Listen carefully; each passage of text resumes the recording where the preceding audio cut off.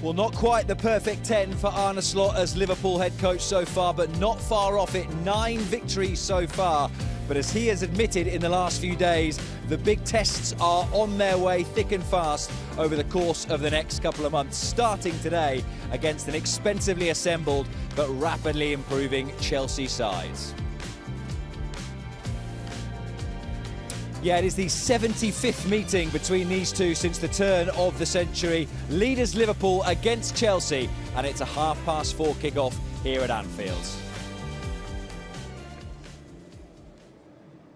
A very good afternoon to you. Welcome along back from another international break. We'll get the thoughts of Jason McAteer and Phil Thompson in just a moment. But firstly, let's bring you the all-important team news for Liverpool this afternoon. And it is a team that shows 3 changes from the side that won at Selhurst Park just before the break. One of those enforced comes in goal. Kevin Kelleher makes his 50th Liverpool appearance in place of the injured Alisson. A second change comes in defence as Andy Robertson replaces Kostas Tsimikas. And Alexis McAllister, part of the South American contingent, on the bench this afternoon. All of them have had long journeys back from South America. So Dominic Szoboszlai comes in to the Liverpool team.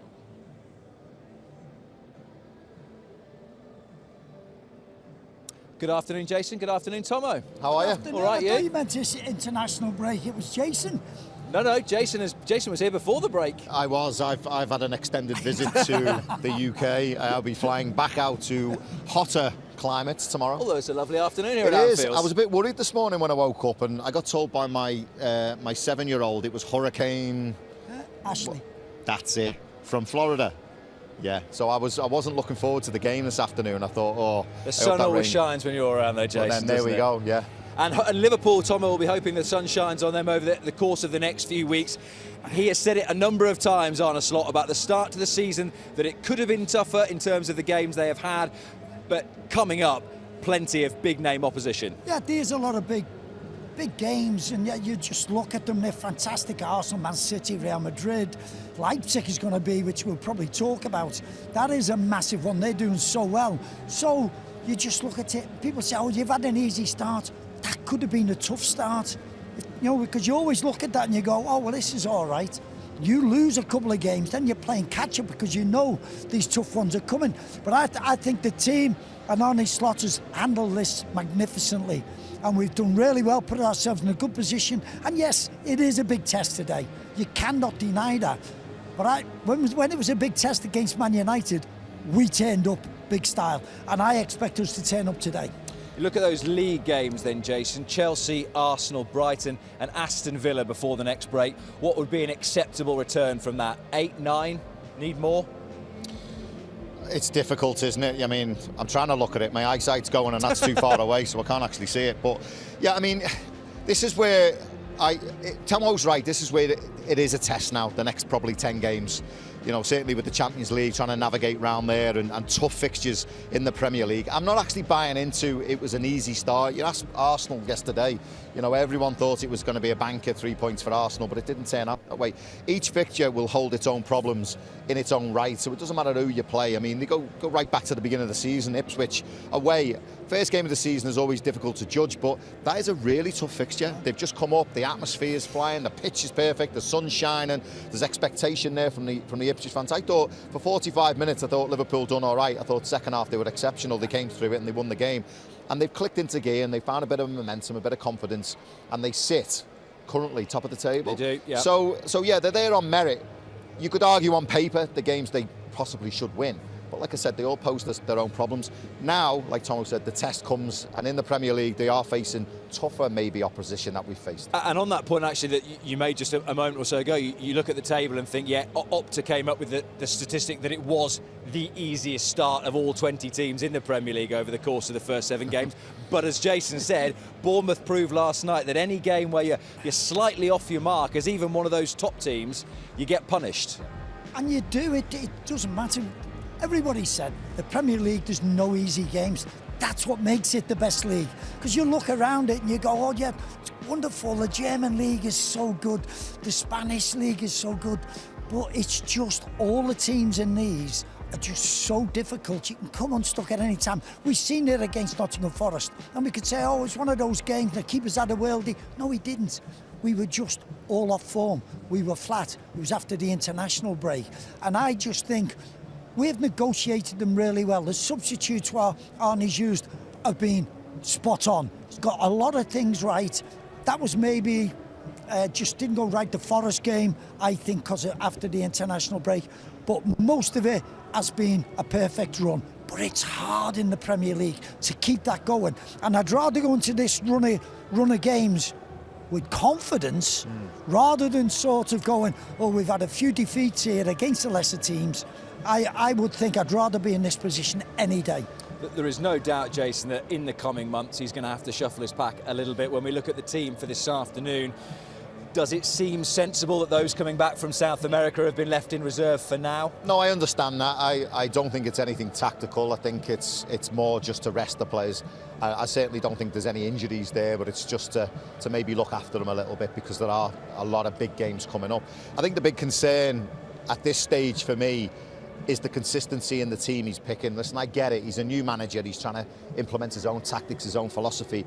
And Tomo will tell you he's been in the management game. To do that is very difficult when you're only getting limited time on a training pitch. So you have to play them in match scenarios to get used to what he wants, to get used to each other, to get used to the new system and the philosophy. So he's kind of caught in catch-22. But there has to come a time where he sits back and thinks, I've got to trust the rest of the squad. I've got to rotate it. I've got to rest some players. And he, you know, in some of the bigger games, he's going to have to make 5, 6, maybe 7 changes like Jurgen Klopp did. You know, we questioned some of the team selections that Jurgen did, but we were wrong a lot of the time. You know, I remember Everton here, we raised a few eyebrows. He made 6 or 7 changes, and I thought, we're going to get beat tonight. We end up winning the game. You've got to trust the process and trust the squad you've got, and he's got to come to that. I think where it went wrong against Forest was after the international break. He's not been used to that, Arnie. At Feyenoord, he didn't have players in Uruguay, Brazil, Argentina. He didn't have players coming back and travelling, played on a Tuesday or a Wednesday night, and then you're having to deal with them. All of a sudden, he's thinking, what do we do? And I think he played most of them in that game. And isn't it amazing that he's rested them for today? So did he learn something from that? And maybe, maybe I got something wrong on that day, and maybe this was the thing. I think that's the learning curve for the manager, Tomo. I think at Feyenoord, he wouldn't have had 18 top quality international players. He wouldn't have had that. So he's got to pick a consistent 11 with his Feyenoord team and maybe tweak it. Here, he's got probably 24 players he can actually pick from, where you can turn out 11 players and go, that's a team. And again, I think you would probably make the argument, not being disrespectful to the Eredivisie, but it's like other leagues across Europe that you can, if you're Feyenoord or Ajax at their peak, make 6 or 7 changes and get away with it. In the Premier League, you can't. No, and it's trusting the squad, isn't it? You've got to trust the likes of a Nunes or a Curtis Jones or a Harvey Elliott. You've got to put them in and go, they will do a job for me, but not only do a job, we'll get a result. And we've had them all fit. So having them all fit, you can't just sort of leave them and sort of not give them game time. And I think Curtis, on his performances, when he's played or when he's come on, he's going, I need to play here. Because Ryan, at the moment, he's undroppable. The way he has played and he has come in. And the other players you're looking and you're saying, Dominic, maybe, you know, he's looked a little bit tired at times. Curtis has gone, I need to play. And he's trusting him to bring him into this game today. There's a reluctance as well if you're winning to change a team, isn't there? You look at it and think, you know, we're winning, we're playing really well, everything's going well. Do I really want to change it? You know, it's easy to go no, but he has to. I mean, Jurgen Klopp's first season, his first full season, because he obviously came in halfway through the season before, he got to around that January time. They had 10 games. I think they only won 3 or 4 of them. They just ran out of gas because he was consistently picking the same players. He learned a big lesson there, and I hope that doesn't come with Arne around January, and I hope he does buy into or trust the rest of the squad and play other players. Just to come to the enforced change then, Tom, as I said, 50th appearance for Liverpool in all competitions for Queen Keller. He likes playing against Chelsea. Happy memories of a cup final or two. Would you be slightly worried about the number of injuries Alisson seems to be getting at the moment? I think they've really got to look at it, Rob, because it's reoccurring all the time. It's sort of his travelling that he's had to do, his how do you can you negate that? I don't know whether it's been private planes, anything that you can do, but certainly all the training. What are the pictures like, what he's training on at the moment?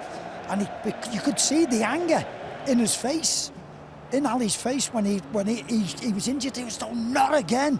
So he's losing that faith, that confidence. So the medical department have got to find out, along with the technical staff, they've got to come up with something to protect him from getting injured all the time. Tomo, is there anything, you've played for managers where there's been a change over managers and training changes. I remember Liverpool having a spate of Achilles injuries under Graham. I think there was quite a few players. Did the training change so you looked into it and thought, we've got to stop doing this because we're picking up all these Achilles? Yeah, I think it was. I think it's back in the day they didn't realise that it was all drier pitches. We didn't have sort of been able to water the pitches down at Melwood. You do more training down there, you do more running down there, and it was hard surfaces all the time, and they didn't look after them and make sure that they overwatered it to give them protection. And you're right, it was Achilles after Achilles.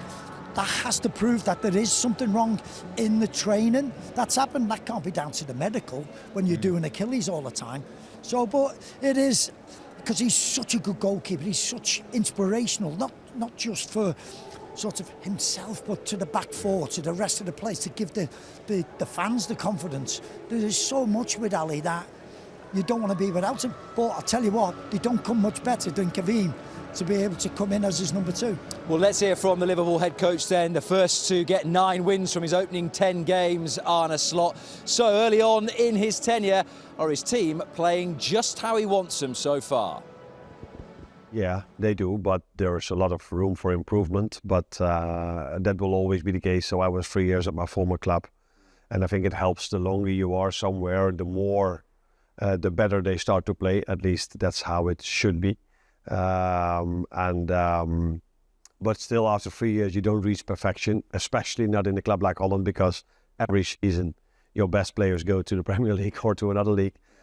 So you have to start off almost start all over again. Yeah. So we are doing things quite well, also because we kept a lot of things the same, but I can come up with a lot of things that we have to improve. And I'm not talking about things we don't do, but I'm talking about things we don't do often enough. So it's not learning them a trick or learning them to do so. It's learning them or teaching them to do this 9 out of 10 times instead of 3 out of 10 times. So what is it that you need to do better? I think that is what I just said. It's about a lot of things. It's not about doing other things or new things. It's so you can't quite pinpoint them out. Squeeze up every time the ball is being played back or sideways, and not do this 3 out of 4 times. And the intensity you do is the way you press. Do you press every time with the right intensity? Do you run in the right direction, or you don't close the line well enough? But yeah, there are human beings, and human beings make mistakes, and it's only small mistakes sometimes. But more choices we make as a team and an individual in the right way, the better the outcome of our performance will be and the outcome of our results will. And I know you want to play this down. Everybody talks about City and Arsenal for the league title, but with the start you've made, we've got to consider Liverpool in there as well as genuine contenders, right? Yeah, I think what Arsenal and City have proven last season is that they can play Champions League and be really good in the league. And last season, Liverpool went for a long way together with Arsenal and City, but they played Europa League. And as people might remember, most of these games, the starters in the weekend got their rest. And that's also what you see at Chelsea and at United and in these clubs now. So if you want to play Champions League, mostly City, Arsenal, and we as well play our starters for the weekend as well. And that is something we have to prove, because the year before last season, Liverpool played Champions League. And we all know how that season ended in the league. So that's why to say where we exactly are, that's better to judge, in my opinion, halfway further down the line. Further down the line. Yeah. So how do you see the challenge of Chelsea? Who themselves have got a bit of momentum. Yeah. So that is also not a surprise for me. I think it's not a surprise for anyone, because they already had a lot of quality, and they added even more and more and more and more. So the end result of just keep on bringing good players in will always be that the results will come, especially if you bring in a real good manager, which they did, because I looked at a lot of games of them already, and you see a very clear playing style in everything they want. So if you combine that again with so much quality and Europa League during the week, where you can play another team, that I think that all these things help for them to have even a better season. But if you look at last season, I think it's always a very good prediction, the second half of the season, what you can expect the season afterwards. And Chelsea were flying the second half of the season under Pochettino as well. So no surprise for me, they are up there with the other teams as well.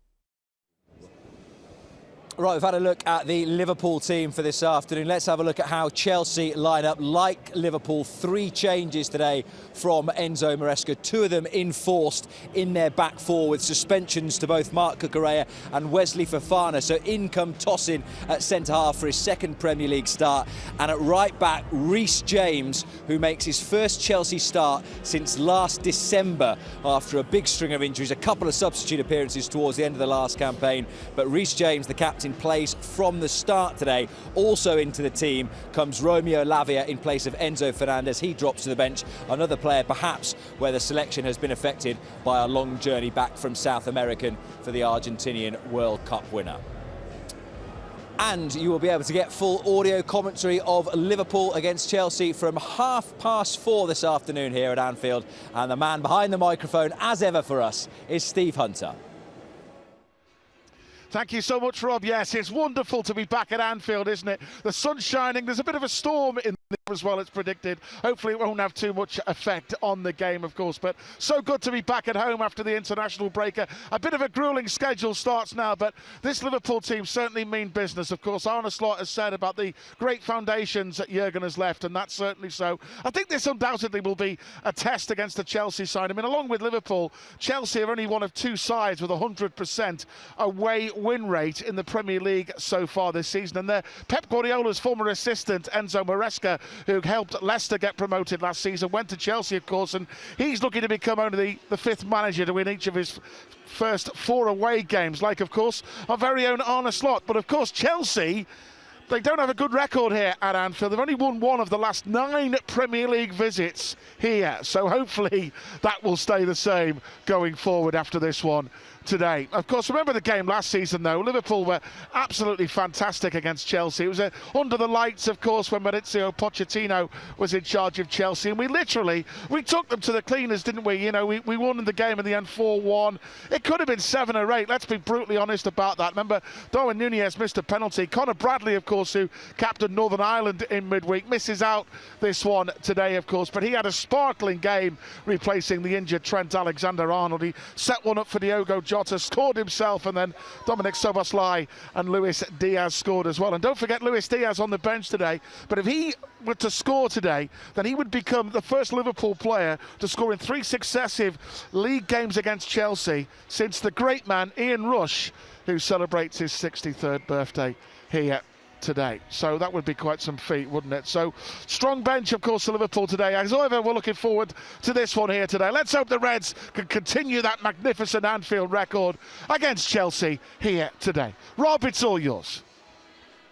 Steve, thank you very much indeed. If you're watching us on social media, you're just about to leave us, but for ways to watch the pre-match show in full and to sign up to LFC TV, all you need to do is go to liverpoolfc.com/watch for all the details. A little look at what is coming up between now and the end of the day here on LFC TV. We'll still hear from Curtis Jones between now and kickoff, which is at 4:30. Steve and John Aldridge with you on commentary for that, and then Tomo and Jason back with us at 6:30, as well as Tunnel Reaction 2 at the end of this game. Moving a little bit further forward tonight, you'll be able to get the podcast with all the reaction from today at Anfield, then the full match from midnight on LFC TV, and then tomorrow at midnight on the YouTube and Facebook channels, it will be Inside Anfield with all the behind-the-scenes access. And Anfield, of course, has been a fortress for Liverpool, just 3 defeats in the last 75 games in all competitions. Can Liverpool keep that going with another home victory against unbeaten on the road Chelsea? More build-up on the way in just a couple of minutes' time.